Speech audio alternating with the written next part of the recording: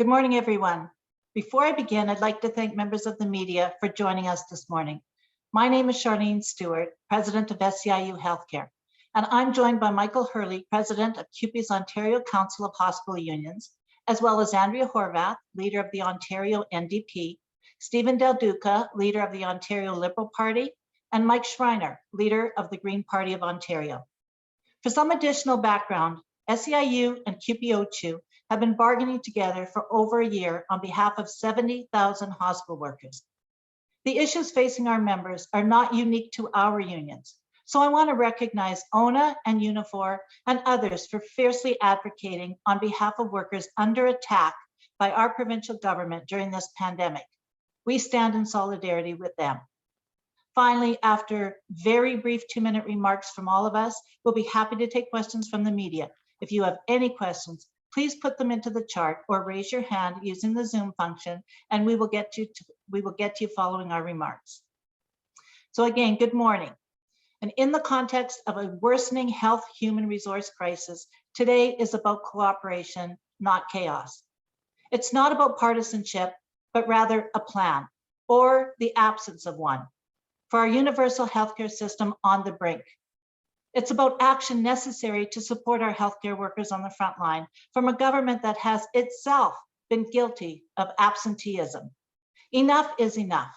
We're calling on Premier Ford to immediately recall the legislature for an emergency session to confront the harsh reality of the province's healthcare staffing crisis, starting with the urgent repeal of Bill 124.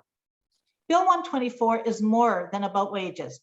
It is a hard cap on every single benefit that would support workers right now. Benefits like mental health counseling. I'm hearing daily from registered nurses and registered practical nurses, personal support workers, respiratory therapists, and so many other healthcare workers who are literally breaking down crying while at work. We call them heroes, but forget that they are humans. And despite the welcomed, uplifting words from the public, our provincial government is holding them down. And it's dangerous. Mistakes are happening at the bedside because of burnout, because of short staffing, because worsening employment conditions after 2 years of hell are causing many to utterly collapse. As COVID-19 hospitalizations in Ontario rapidly rise, reaching over 2,000 on Wednesday, hospitals have declared code orange for the first time in this pandemic, because Ontario lacks a human resource action plan. It also means the growing backlog of surgeries and procedures will result in unnecessary suffering and death. Because Ontario failed to plan, 1,000 long-term care staff are off sick right now, causing nursing homes to desperately recruit from fast food chains. And the home care workers whose services keep seniors out of our hospitals is instead at their home, going without a paycheck, supporting their own children because schools are closed. On December 7th of last year, SEIU Healthcare and OCHU held a press conference to warn, and I quote, Doug Ford's plan will result in a devastating healthcare worker shortage. Andrea, Stephen, and Mike stand with healthcare workers today in calling for the legislature to be recalled and Bill 124 repealed. Premier Ford, we're asking you to join them at Queen's Park and bring relief and support to healthcare workers now. Thank you so much, and I will now pass it over to Michael Hurley. Thank you very much, Sharleen, and thank you so much to members of the media for joining us this morning, and thank you very much to the leaders of the opposition parties who've been very vocal on these questions. Today, CUPE and SEIU are calling on the Premier to urgently recall the Ontario legislature and to deal with the crisis in healthcare staffing. This is a crisis which has been years in the making. Going into COVID, Ontario had the fewest number of hospital beds and staff to population of any country with a developed economy in the world, and we had the second fewest staff in long-term care of any province in Canada.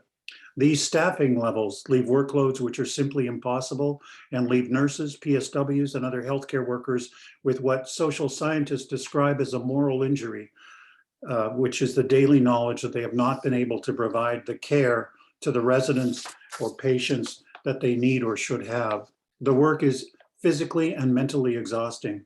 Most of the work is part-time, 75% of home care workers, 60% of long-term care workers, 50% of hospital workers are part-time. People work multiple jobs, they beg for extra shifts, they don't get paid when they get COVID, they don't get paid when they're waiting for tests for COVID. Wages have been held below the rate of inflation for years now. In 2021, these workers will see a 4% real cut in wages because of Bill 124. All the kind of generous words do not make up for this reality.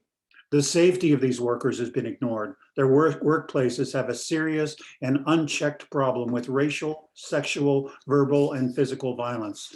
And during the pandemic, these healthcare workers could not get access to the protective equipment they needed to work safely, even though a Royal Commission in Ontario dealing with the sister virus to COVID, SARS, made recommendations which have subsequently been ignored by this government. And over 26,000 healthcare workers in Ontario have contracted COVID at work, and by our count, 24 have died. This feeling that no one cares about their safety is a key factor in the demoralization of healthcare workers. We saw Quebec deal with the problem of understaffing in long-term care by announcing a year ago the hiring of 10,000 personal support workers into full-time jobs with a salary of $26 an hour with pensions and benefits. 87% of the PSWs they hired have stayed. In Ontario, the targets for hiring do not even match the loss of staff to attrition in long-term care, let alone grow to meet the magical 4-hour care standard the government has set as a target.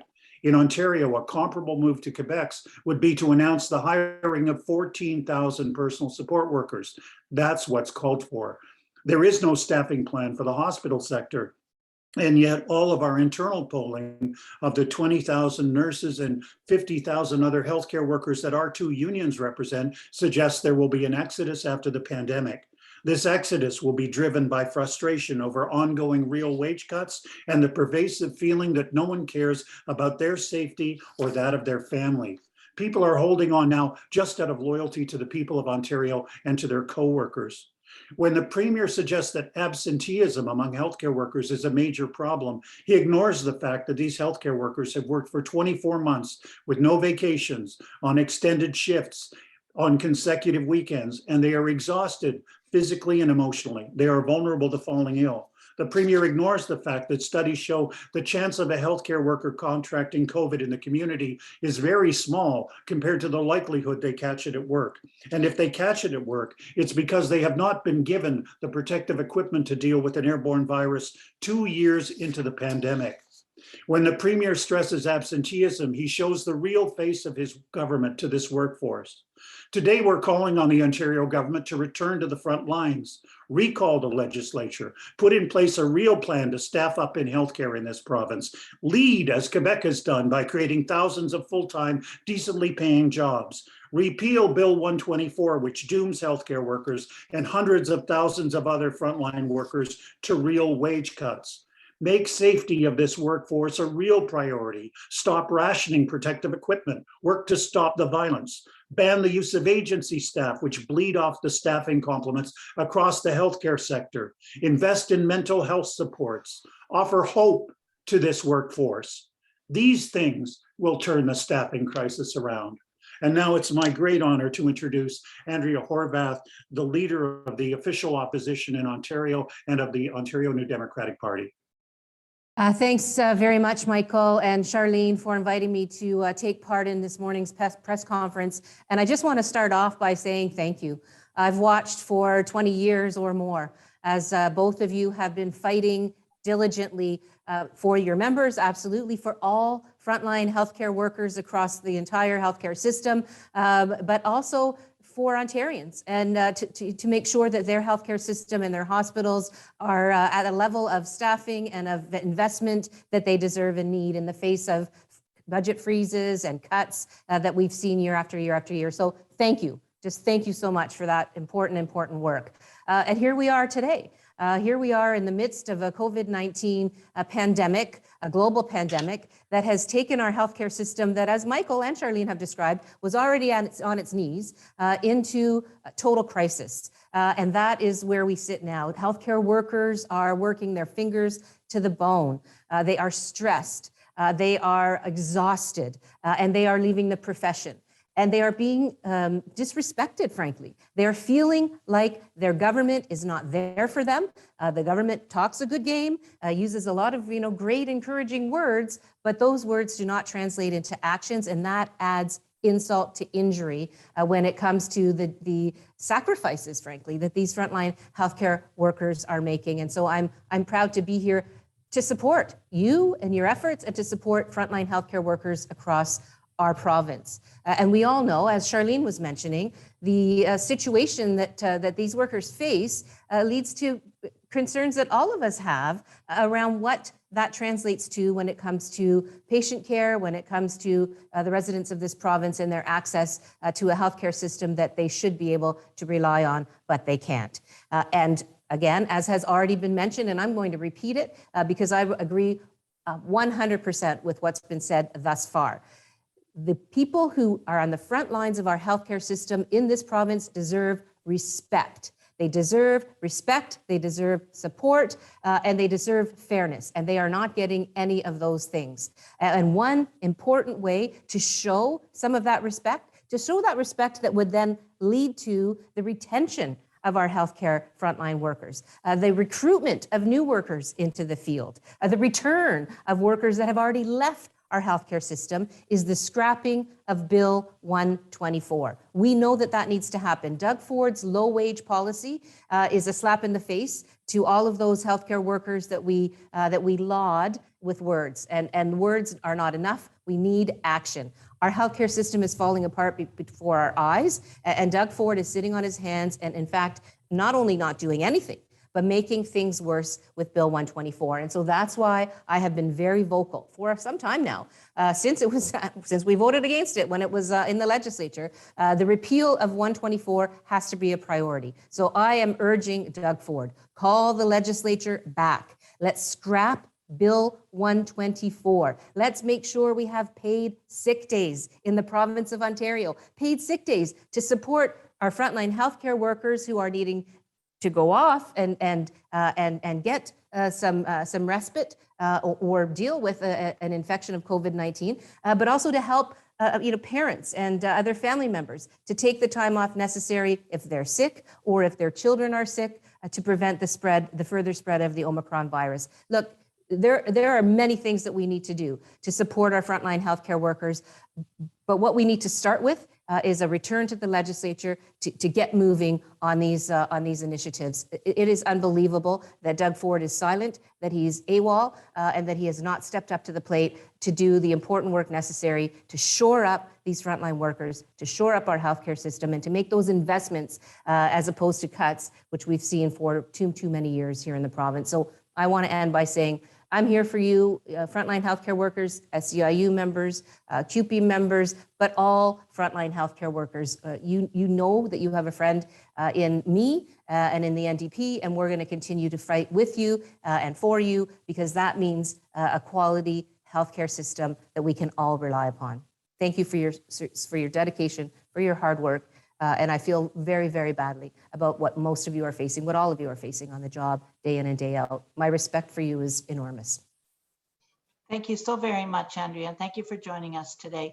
It's my pleasure now to introduce leader of the Liberal Party, Stephen Del Duca.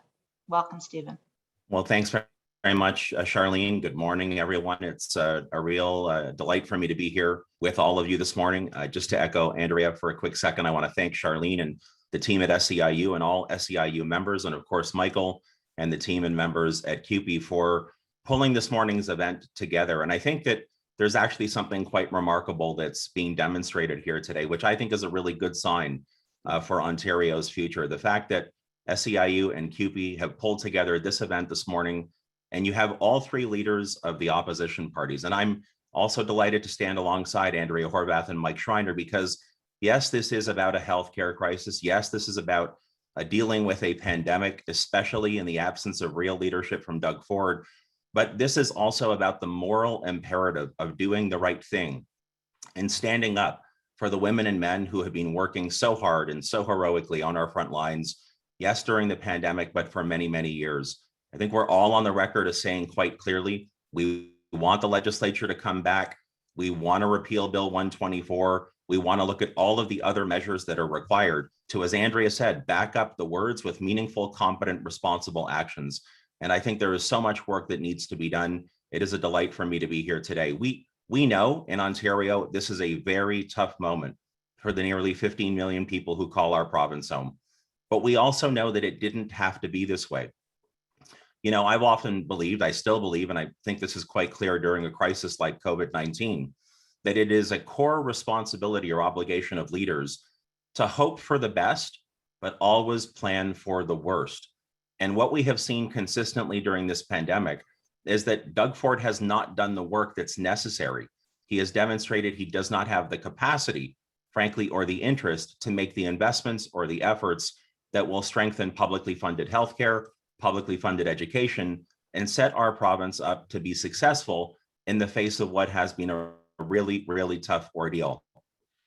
So it is important for partners like SEIU, CUPE, and so many others like ONA and the RNAO, and so many others across healthcare, across education, across all of our economy and society to stand together.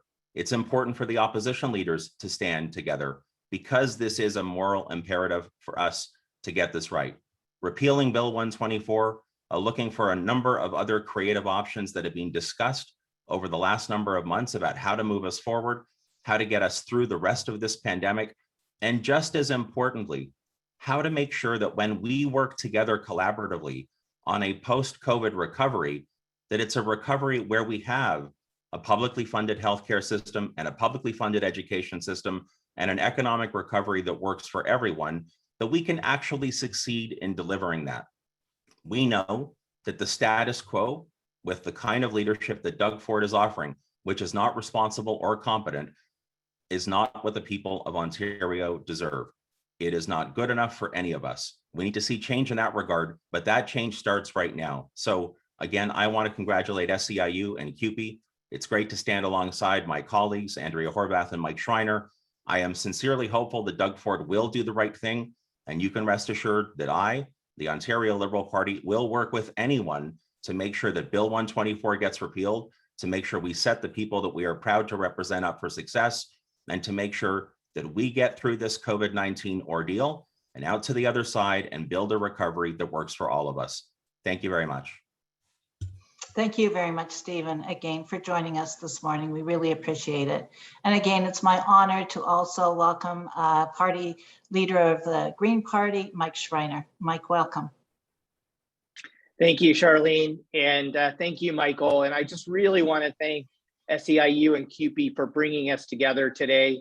I want to sincerely thank my opposition party leader colleagues, Andrea Horvath and Stephen Del Duca, for coming together today.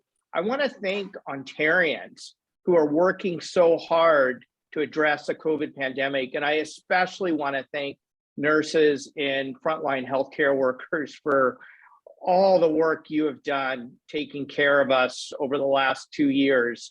I mean, all the time, but especially over the last 2 years. And I want to be clear, it is so important at this critical moment that we come together as a province to fight the pandemic and to shore up our healthcare system.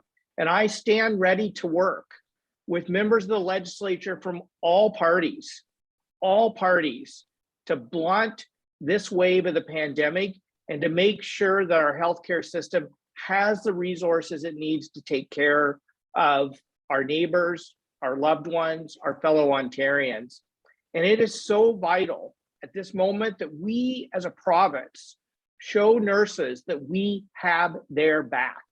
And that starts by recalling the legislature and repealing Bill 124. It is so clear that nurses are overworked, underpaid, and underappreciated. This is wrong and it must change. And revoking Bill 124 is the start to that change. It shows us that nurses can get the compensation they deserve and they can access the benefits they need. Benefits like mental health supports, which I know is so vital at this particular moment in time. In the world that we want, healthcare workers feel respected because they are valued. Taking care of nurses means providing patients with better care. It means our healthcare system can retain the people who are so essential and vital to caring for our loved ones. And we know that the system is on the brink right now.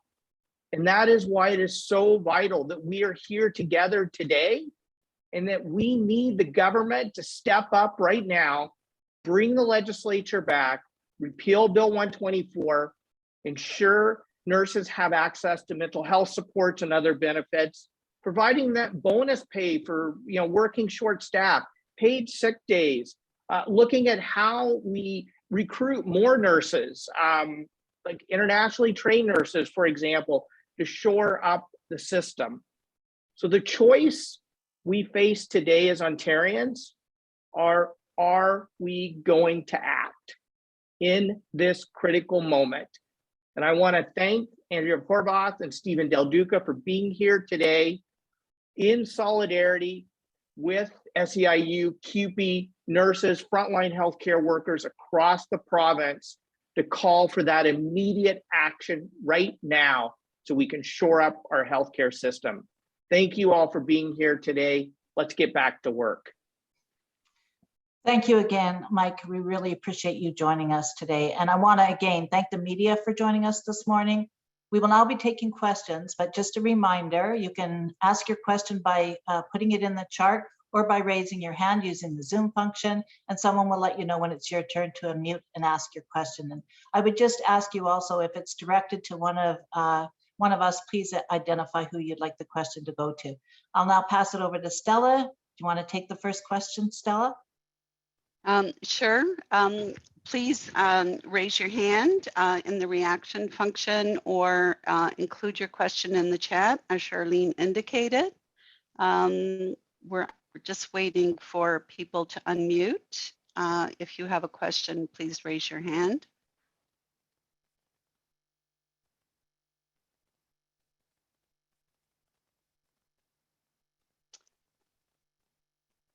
I don't see any questions currently. Richard Southern here with City News with a question. Thank you, Richard. Hi, good morning, everybody. Certainly a little bit unusual to see all three opposition leaders at the same news conference, albeit virtual. I'm wondering if the three leaders can answer this. Is this the start of something new? Are you guys planning to work together in a new way? Are we seeing the beginning of something here? Can I just want to start by saying that I think all of us and so many others for a couple of years now have been urging this government to do the right thing by Ontarians and fight this virus with everything that we have. And we have not seen Doug Ford take up that call. So myself and the other leaders, but so many others have been urging this premier to do things differently. We've been bringing solutions to the table over and over and over again. For me, today is about standing up for and with and showing my support for our frontline healthcare workers. And that's why I'm here. But I will not stop, and I'm sure the others won't stop either, urging Doug Ford to step up to the plate and to actually show the people of Ontario that he understands what we're all going through, and that he's prepared to listen to not only what the suggestions we bring forward, but there's the suggestions that Sharleen's bringing forward, that Michael has talked about, and that so many experts have been urging the government to act on for 2 years now, almost 2 years. Richard, if I could also just say, let's be clear. This is not the first time that during this pandemic that the three opposition parties have banded together to work on really important issues. Some of you might remember that back at the end of August, I think it was around August 29th or 30th, three opposition parties came together with many leaders from healthcare, from education, from the municipal sector and the business sector to engage in what we called at the time a vaccine certificate summit. Mike Schreiner was there. Andrea had a member of her caucus there. I was there. The three opposition parties did that work at that point in time. I will tell all of you, I think one of the biggest mistakes, and there's been lots, but one of the biggest mistakes that Doug Ford has made during this pandemic is to not do more effective, genuine outreach to all three opposition parties, to invite us on a regular basis to participate in meetings, to receive regular briefings, so that we could provide our advice, our insight, and our guidance directly. I think throughout this pandemic, what people in our province have wanted to see is that true Team Ontario approach, where we go beyond partisan lines, because these issues that we're talking about, frankly, go beyond partisanship. The virus doesn't care about partisanship. It doesn't care about election calendars, doesn't care about polling. People want to see us work together. So this is not the first time, and I am sincerely hopeful it will not be the last time. And if I could just add that I think it's just so vital that we show nurses and frontline healthcare workers that we care about them. We respect them. We value the work that you're doing. And we as opposition party leaders are going to come together and fight for you and with you. And so I think this is a particularly important moment with the healthcare system really on the brink, that the Premier sees all of us working across party lines for the people of Ontario, and ask him to come to the table as well and work across party lines for the people of Ontario, so we can shore up our healthcare system and get through this pandemic together. Colin DeMello, CTV News. Sorry, Sharleen, my apologies. No, go ahead, Stella. Sorry, Colin DeMello, CTV News. Hi, good morning, all. My first question is for Sharleen. Sharleen, we're trying to get a good handle on the actual numbers here in terms of the staffing shortage. Do you have a number of nurses who were in the system before the pandemic and what that number is like now, so we can kind of compare and contrast? Yeah, Colin, thank you. It's a good question. Well, when we were last polled our members, and I know CUPE has done a number of polling too, we were looking at a turnover rate of up to 30–35%. I'm sure it's more those that have left are higher than that. We have not had the opportunity to poll. I mean, they're extremely busy. One of the things that we did point out though too, when the vaccine mandates were implemented by the Ford government, and he continues to say that some of the absenteeism is a cause of those refusing to take the vaccine. Even before that, we were seeing 20% in our polls were saying that they were leaving or thinking of leaving, 20% of the workforce then, because of working conditions and lack of support rather than the vaccine. So those are the stats that we have. 35% when we polled them, 20% were leaving not because of the vaccine, but because of working conditions. And I know, Michael, Hurley, you had some stats too that you recently might have done. Absolutely, but no, that's fine, Sharleen.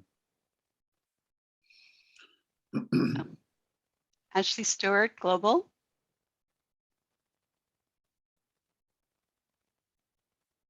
Hi guys, sorry, I was just trying to unmute my microphone. I have two questions, if that's all right. The first one is that you guys are kind of calling on the repeal of Bill 124. Is that going to be enough? It sounds like the problems run a lot deeper than that. Is there, I mean, how do we know that this will work? Is there research that you're drawing on that shows this will be kind of the most effective solution compared to, I don't know, bringing in trainees and internationally trained nurses and things like that? But I would just say that Sharleen mentioned the polling. The polling we did of our nurses, and we represent 20,000 between us, just one occupational group. And we don't by any means represent all the nurses. For example, ONA has a very large proportion of nursing. 87% said they would reconsider their plans to leave healthcare if they could see a real wage increase. I mean, they've had over a decade of wage cuts in real terms, so this is a factor. The use of agency staff, is bleeding away people who would otherwise be hospital employees and who would be available to work 3 shifts into positions where they are only required to work Monday to Friday, and where they earn significantly more than the people that they work beside, whose wages are restrained by this government. I give you that as an example of something which is a really destructive policy. Mental health support for this workforce, we can't bargain. We're prevented from bargaining. We have no psychological counseling in our collective agreements, and we can't bargain any for 3 years. That's the effect of Bill 124. And this workforce is exhausted. They're traumatized. They're depressed. All of our polling shows, that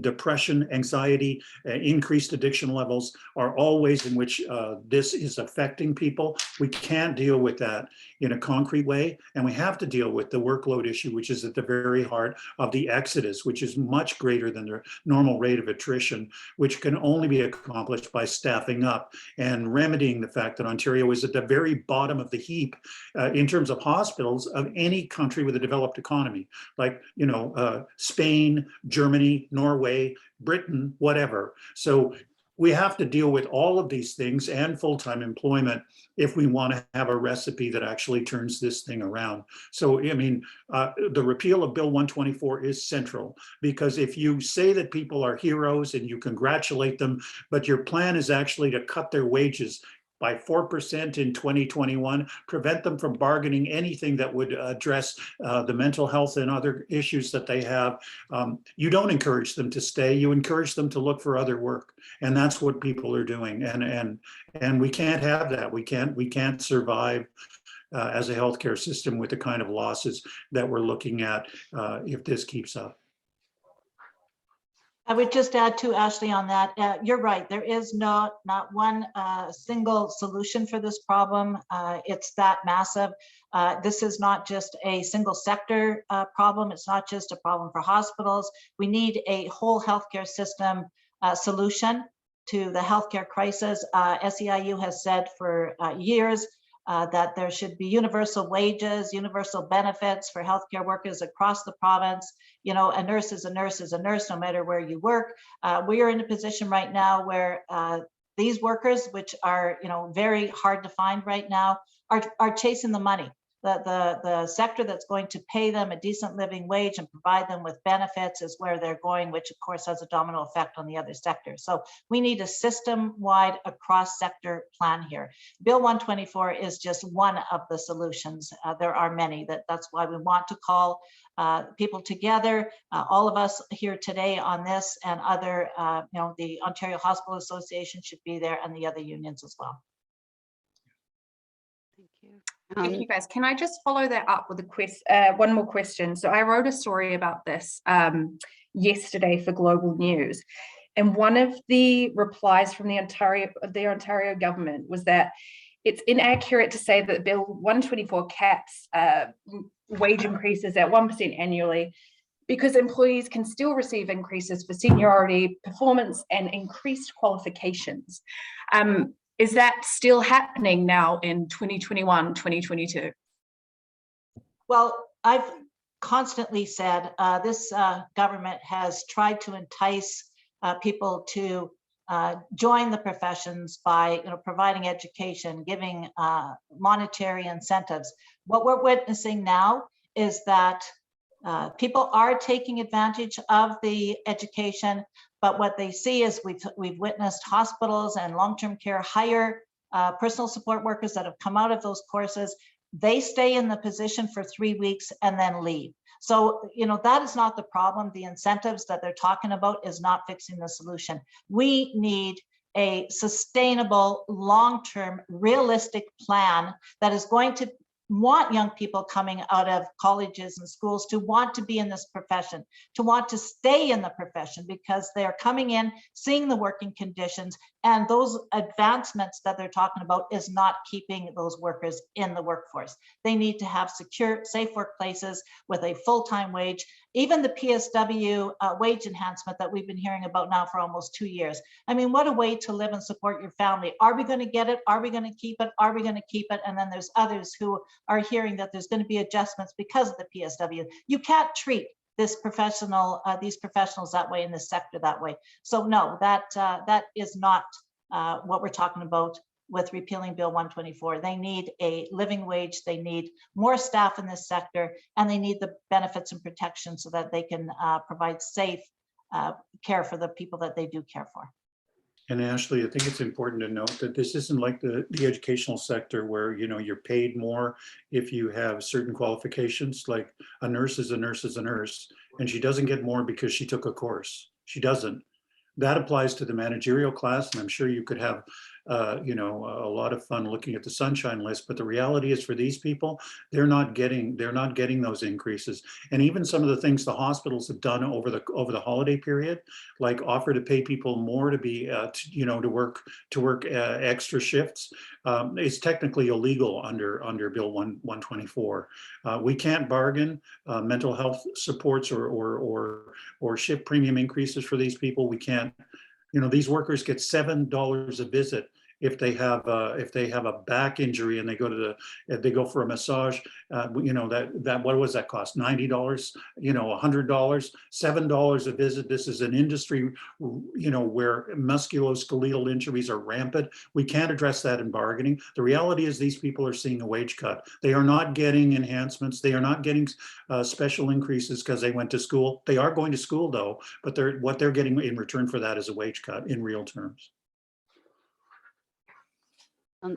Ashley, any a rebuttal or another question?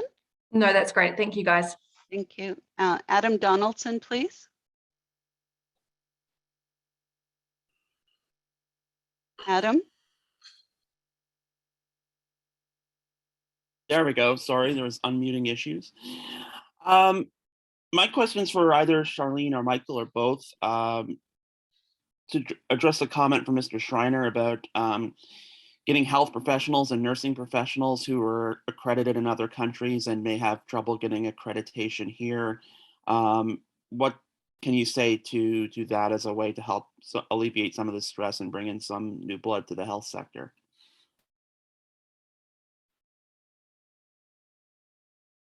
Well, I mean, right now we need frontline workers, and that's always been an issue in Canada, is that we don't recognize the credentials, and you know, some of them are very relevant and could quickly be immersed into our system. So right now, the crisis that we're in, SEIU supports all of those initiatives. Of course, you know, devil's always in the details, but definitely we are short. We're in a health human resources crisis like we've never seen before. Those are exactly some of the conversations that we need to have at this health human resources table. But a serious solution requires us to set targets. It requires us to look at curricula. It requires us to you know, to move in a direction of addressing domestically, you know, the crisis that we have in staffing. And Quebec shows that if they set a goal of hiring 10,000 personal support workers, they knew that the work wasn't attractive. It was part-time. They made it full-time.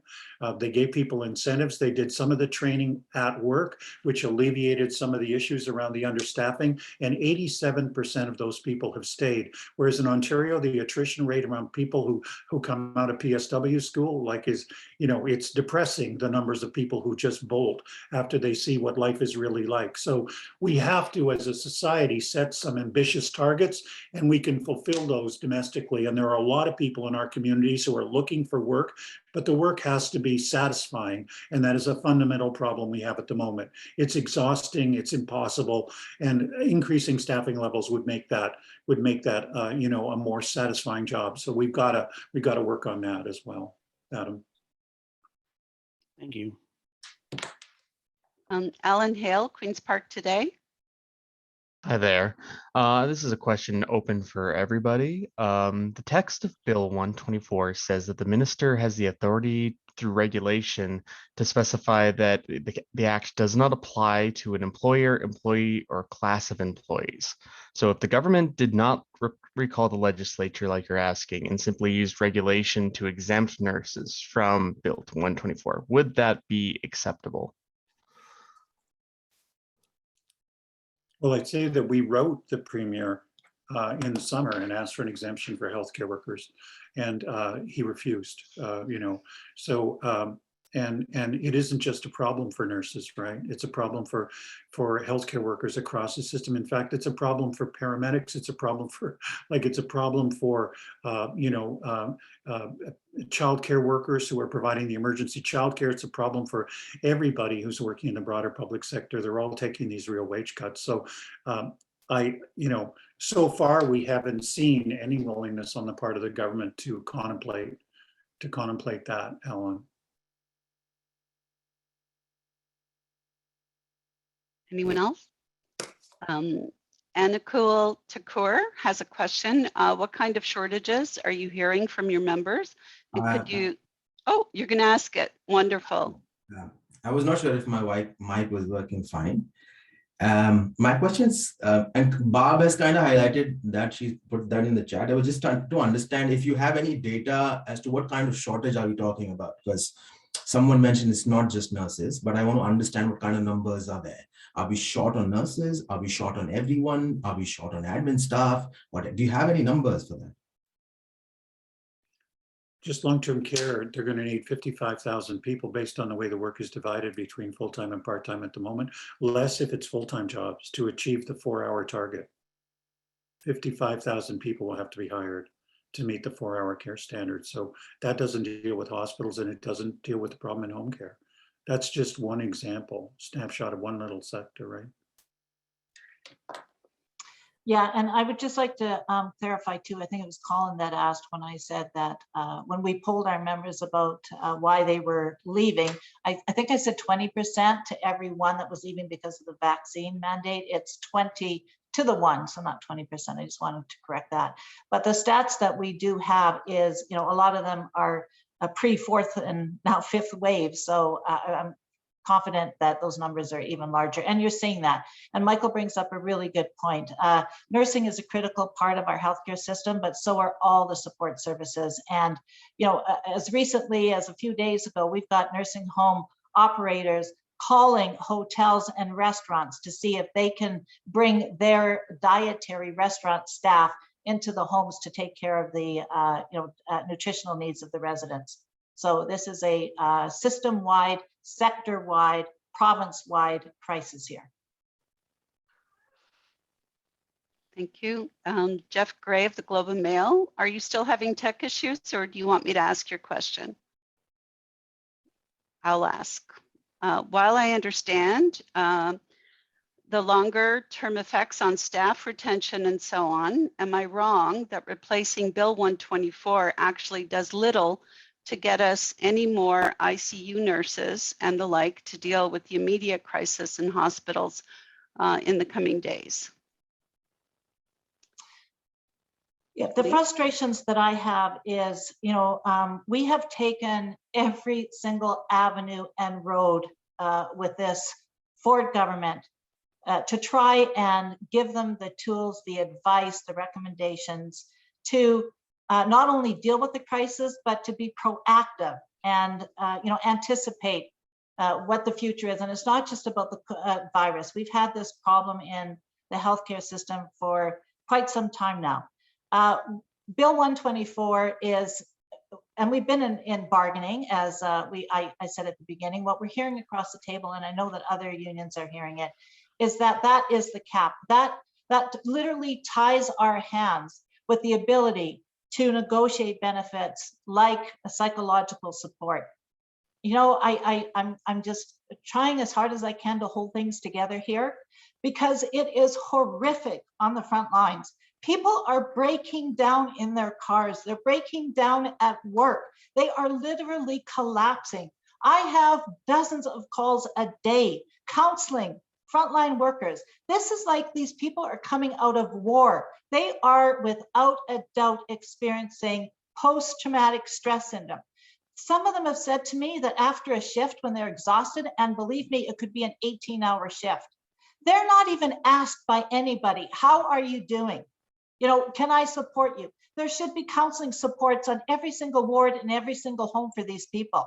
I mean, the most cherished services that Canadians depend on is healthcare and education. And those are the two that I don't know where they find the energy, but they pull in and they provide the services to the best of their ability. Bill 124 is a complete insult on the public sector. I don't know what the agenda was when this bill was passed, but whatever it was, deal with it. You do not say to people that you are heroes and thank you for saving our lives and showing up and risking your family's life during the worst time in our lives in a century. And then when we're there to ask for support, and it shouldn't have to be bargaining.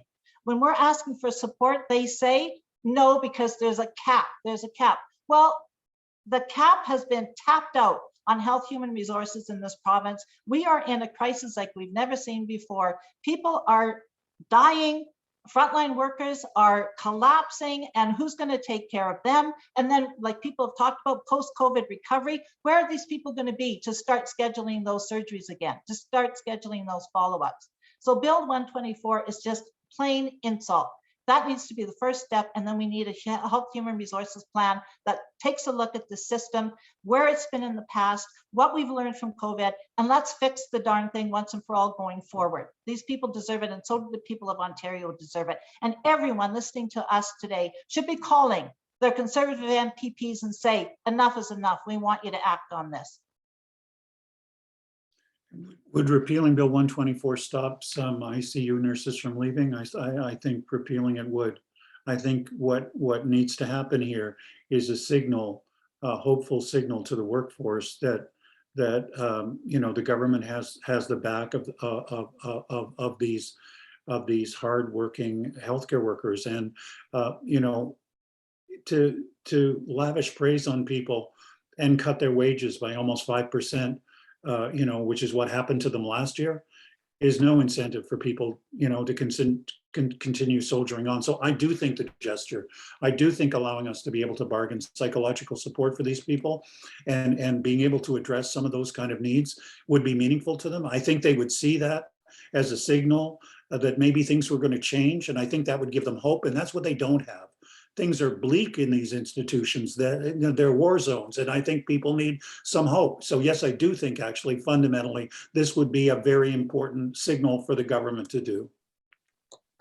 Can I just say I agree with Michael and Sharleen, obviously, but I agree with Michael's assessment in terms of retention of existing ICU nurses so that we don't lose any more, but also the return of people who have walked away, of healthcare workers writ large who have walked away because of the exhaustion, because of the stress, because of the mental health crisis that this whole situation has put people in, and that's been exacerbated by a government that has added insult to injury with Bill 124. And I think it's not only a signal or a symbol, but it is a message that that we understand how this government's behaviors have caused this crisis to be worse, and that's a stepping stone to fixing our health human resources crisis going forward. And as Sharleen said, fix the system once and for all, because we all know it has been eroded for years now, and we need to prioritize absolutely frontline nurses, ICU nurses, no doubt, but all of the other frontline workers in our healthcare system that COVID has shown us.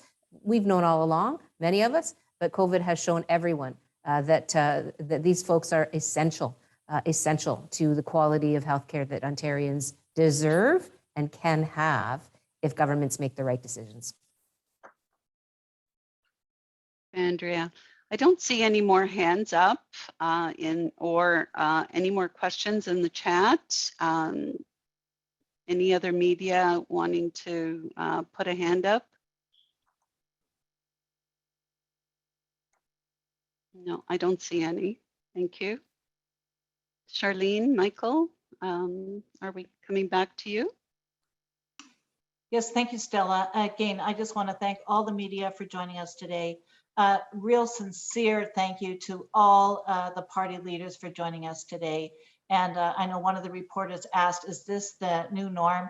I certainly do hope so. I started the conference today by saying this is not a partisan issue.